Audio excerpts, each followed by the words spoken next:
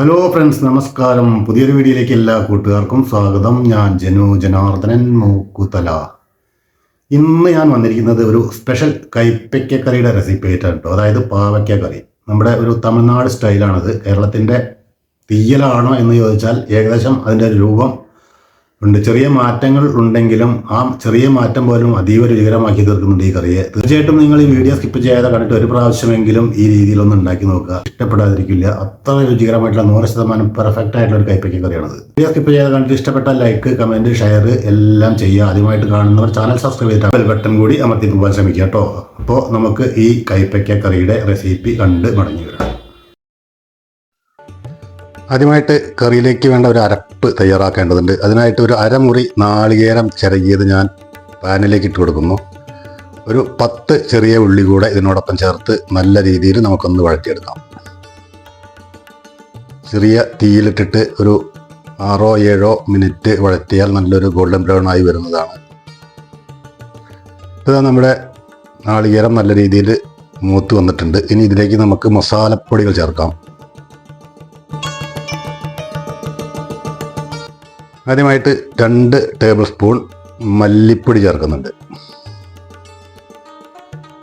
1 table spoon എരിവുള്ള മുളക് പൊടി ചേർക്കുന്നുണ്ട്. പിന്നെ ഒരു 1/2 ടീസ്പൂൺ മഞ്ഞൾപ്പൊടി. ഇത്രയും ചേർത്തിട്ട് നമുക്ക് ഒരു 2 മിനിറ്റ് കൂടി ചെറിയ തീയിലിട്ട് വഴറ്റിയാൽ നല്ല രീതിയിൽ ഇതിൻ്റെ പച്ചമണമെല്ലാം മാറി കിട്ടി നല്ലൊരു കളറായിട്ട് മാറും. അപ്പോൾ അതുകൂടി നമുക്കൊരു 2 മിനിറ്റിന് ശേഷം നോക്കിയപ്പോൾ നല്ല രീതിയിൽ മൂത്ത് വന്നിട്ടുണ്ട്. ഇനി ഇത് ഒരു പാത്രത്തിലേക്ക് മാറ്റിയിടാം. ഒന്ന് തണുത്തതിന് ശേഷമാണ് നമുക്ക് അരച്ചെടുക്കേണ്ടത്. ഇതിൽ മാത്രമല്ല അരയ്ക്കാനുള്ളത്, ഇനിയൊരു കാര്യം കൂടി ഉണ്ട്. അത് നമുക്കിപ്പോൾ തന്നെ കാണാവുന്നതാണ്.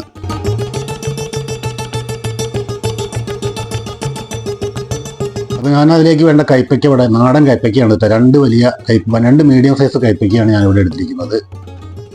ശരിക്കും നാടൻ കൈപ്പയ്ക്കയാണെങ്കിലാണ് യഥാർത്ഥത്തിൽ ഇതിന് രുചി കിട്ടുള്ളൂ കേട്ടോ. അപ്പോൾ അത് ഞാൻ അവിടെ നുറുക്കി മാറ്റി വെച്ചിട്ടുണ്ട്. ഇവിടെ ഞാൻ ഒരു പാത്രത്തിലേക്ക് 3 ടേബിൾ സ്പൂൺ വെളിച്ചെണ്ണ ഒഴിക്കുന്നു. വെളിച്ചെണ്ണ ചൂടായപ്പോൾ ഞാൻ 2 തക്കാളി, മീഡിയം സൈസ് തക്കാളി വലിയ കഷ്ണങ്ങളാക്കി അരിഞ്ഞത് ഇതിലേക്ക് ഇട്ടിട്ട് ഒന്ന് വഴറ്റിയെടുക്കുന്നുണ്ട്. ഒരു 2-3 മിനിറ്റ് വഴറ്റിയാൽ ഇത് നല്ല രീതിയിൽ തന്നെ. അപ്പോൾ അത് നീട്ടിൻ്റെ പരുവം കാണാം. ഇപ്പോൾ ആ നല്ല രീതിയിൽ വരണം. ഇനി ഇതുകൂടി മാറ്റി നമുക്ക് നമ്മുടെ തേങ്ങ വറുത്ത് വെച്ചതിൻ്റെ കൂടെ ചേർക്കാം.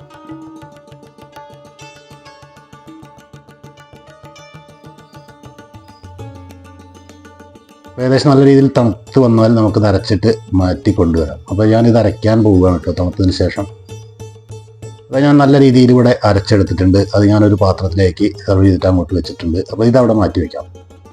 ഇനി ഇതേ ചട്ടിയിലേക്ക് തന്നെ ഒരു 1/2 ടീസ്പൂൺ ഉലുവയാണ് ഞാൻ ഇട്ട് കൊടുത്തത്. അതുകൂടാതെ ഒരു 20-22 ഉള്ളി ഉണ്ട്, ചെറുതായി അരിഞ്ഞതാണ്. അത് ഞാൻ ഇതിലേക്ക് ഇട്ട് കൊടുത്തിട്ടുണ്ട്.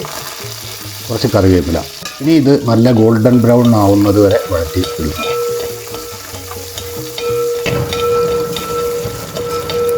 അപ്പോൾ ഉള്ളി നമുക്കിവിടെ നല്ല ഗോൾഡൻ ബ്രൗൺ ആയിട്ട് വന്നിട്ടുണ്ട്. ഇനി ഇതിലേക്ക് എടുത്തു വെച്ച കൈപ്പയ്ക്ക ഇട്ട് കൊടുക്കുന്നു. ഇതൊരു 5-6 മിനിറ്റ് ഒന്ന് വഴറ്റിയെടുക്കേണ്ടതുണ്ട്. ആദ്യം വഴറ്റുമ്പോൾ കുറച്ച് മുളക് പൊടി, കുറച്ച് മഞ്ഞൾപ്പൊടി ഇതിലേക്ക് ചേർക്കാനുണ്ട്. ഞാൻ ചേർക്കുന്നത് ഒരു 1/4 ടീസ്പൂൺ മഞ്ഞൾപ്പൊടി, ഒരു 1/2 ടീസ്പൂൺ കാശ്മീരി മുളക് പൊടിയാണ് ചേർക്കുന്നത് കേട്ടോ. ഇത് രണ്ടും കൂടി ചേർത്തിട്ട് ഒന്നുകൂടെ ഒരു 2-3 മിനിറ്റ് വഴറ്റിയതിന് ശേഷം നമുക്കിതൊന്ന് അടച്ചു വെക്കണം.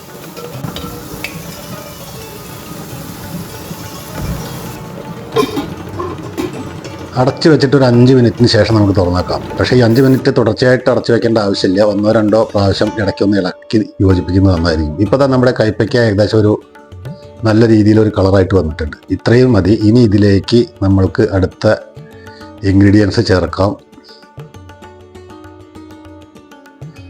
നമ്മുടെ അരപ്പാണ് ഞാൻ ഇതിലേക്ക് ചേർക്കുന്നത് കേട്ടോ. അരപ്പ് മുഴുവനായിട്ട് ഞാൻ ഇതിലേക്ക് ചേർത്തു. ഇനി ഈ അരപ്പ് ഒന്ന് ഇളക്കി യോജിപ്പിക്കാം. ഒരു 1-2 മിനിറ്റ് നേരം ഈ കൈപ്പയ്ക്കയുടെ കൂടെ കിടന്നൊന്ന് വഴന്നു വരട്ടെ.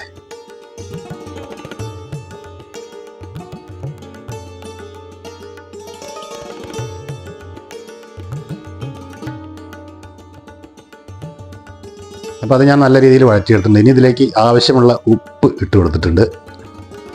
ഒന്നുകൂടി ഇളക്കി യോജിപ്പിക്കുന്നു. മിക്സി കഴുകിയിട്ട് അതിൽ പറ്റിപ്പിടിച്ചിരിക്കുന്നത് കൂടി ഞാൻ ഇതിലേക്ക് എടുത്ത് ഒഴിക്കുന്നു. ഒന്നുകൂടി ഇളക്കി യോജിപ്പിക്കാം. ഇനി ഇതിലേക്ക് പുളിവെള്ളമാണ് ഞാൻ ഒഴിച്ചു കൊടുക്കുന്നത്. വളരെ കുറച്ച് പുളി മതി, ഒരുപാട് പുളി ഒഴിച്ചു കൊടുത്താൽ കറിയുടെ ടേസ്റ്റ് മാറും. അപ്പോൾ പുളിങ്കറിയായിട്ട് മാറും. ഒരു നെല്ലിക്ക വലുപ്പത്തിലുള്ള പുളി ഞാൻ പിഴിഞ്ഞിട്ട് അതിലേക്ക് ഒഴിച്ചു കൊടുത്തു. ഒന്നുകൂടി നല്ല രീതിയിൽ ഇളക്കി യോജിപ്പിച്ചു. കുറച്ചുകൂടി ചുടുവെള്ളം ഞാൻ ഒഴിക്കുന്നു. വെള്ളം കുറച്ചായിട്ട് ഒഴിച്ചു കൊടുത്താൽ മതി. ഒരുപാട് വെള്ളം ഒഴിച്ചാൽ നമ്മുടെ കറി ലൂസായി പോകും. ഇത് തിക്കായിട്ടുള്ളൊരു ഗ്രേവിയാണ്. അപ്പോൾ ഇത്രയും വെള്ളം ഞാൻ ഒഴിച്ചു കൊടുത്തു. ഇനി ഇത് അടച്ചു വെച്ചിട്ട് ഒരു 10-12 മിനിറ്റ് ചെറിയ തീയിലിട്ട് വേവിക്കണം. വലിയ ഉപ്പ് സ്വല്പം കുറവുള്ളതായിട്ട് തോന്നി, അപ്പോൾ ആ ഉപ്പ് കൂടി ഞാൻ നികത്തിയിട്ടുണ്ട്. ഇനി ഇത് അടച്ചു വെക്കാൻ പോവുകയാണ്. 12-13 മിനിറ്റോളം ഞാൻ വേവിക്കുന്നുണ്ട്. കാരണം നമ്മുടെ കൈപ്പയ്ക്ക് വെന്ത് കിട്ടണം. നാടൻ കൈപ്പയ്ക്ക് ആയ കാരണം കുറച്ച് വേവ് കൂടുതലുണ്ടാവും. അതുകൊണ്ടാണ് 10-12 മിനിറ്റ്. നമ്മൾ മാർക്കറ്റിൽ നിന്ന് വാങ്ങിക്കുന്ന കൈപ്പയ്ക്കാണെങ്കിൽ പെട്ടെന്ന് കിട്ടും. അപ്പോൾ ഇവിടെ കറി തിളച്ച് വന്നിട്ടുണ്ട്. നമ്മുടെ പാവയ്ക്ക തമിഴ് സ്റ്റൈലിലുള്ള കറി ഇവിടെ റെഡി ആയിട്ടുണ്ട്. 10-12 മിനിറ്റ് തിളപ്പിച്ചതിന് ശേഷമാണ് കേട്ടോ, വളരെ ചെറിയ തീയിലിട്ടിട്ട് വേവിച്ചതിന് ശേഷമാണ് ഞാനിവിടെ തുറന്ന് നോക്കിയിട്ടുള്ളത്. സുന്ദരമായിട്ടുള്ള കൈപ്പയ്ക്ക കറി ഇവിടെ നിങ്ങൾക്ക് കാണാം. അപ്പോൾ ഇതുപോലെയുള്ള മനോഹരമായ വീഡിയോ കാണണമെങ്കിൽ തീർച്ചയായിട്ടും നിങ്ങൾ സബ്സ്ക്രൈബ് ചെയ്തിട്ട് എൻ്റെ ചാനൽ കാണാൻ ശ്രമിക്കുക. അതോ കൈപ്പയ്ക്ക ഇവിടെ നല്ല രീതിയിൽ വന്നിട്ടുണ്ട്. ഇനി അവസാനമായിട്ട് ഇതിലേക്ക് ചേർക്കാൻ പോകുന്നത്, ഈ അച്ചശർക്കര മുഴുവൻ ഇതിലേക്ക് ചേർക്കാനുള്ളതല്ല, ചെറുതായിട്ട് ചുരണ്ടിയിട്ട് കുറച്ച് ഞാൻ ചേർക്കുന്നുണ്ട് കേട്ടോ. ഏകദേശം ഒരു ടേബിൾ സ്പൂൺ ഞാൻ ചുരണ്ടി ഉണ്ടായിരിക്കും, അത്രയും മതി. കൂടുതലായിട്ട് ഇട്ട് കഴിഞ്ഞാൽ കറി മധുരമാണോ കയ്പ്പാണോ എന്ന് പറയാൻ പറ്റാത്ത രീതിയിലെത്തും. അപ്പോൾ അതുകൂടെ ഞാൻ ഇട്ടിട്ട് ഒന്നുകൂടി ഇളക്കി യോജിപ്പിക്കുന്നു. ഇനി ഇതിലേക്ക് നമുക്ക് ആവശ്യമുള്ള കറിവേപ്പില ചേർത്ത് കൊടുത്തിട്ട് കറി അടച്ചു വെക്കാം.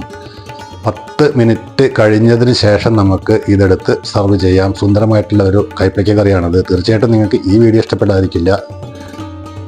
ഇതുപോലെ ഉണ്ടാക്കി നോക്കിയിട്ട് അതിൻ്റെ അഭിപ്രായം താഴെ കാണുന്ന കമൻറ്റ് ബോക്സിലൂടെ അറിയിക്കുക.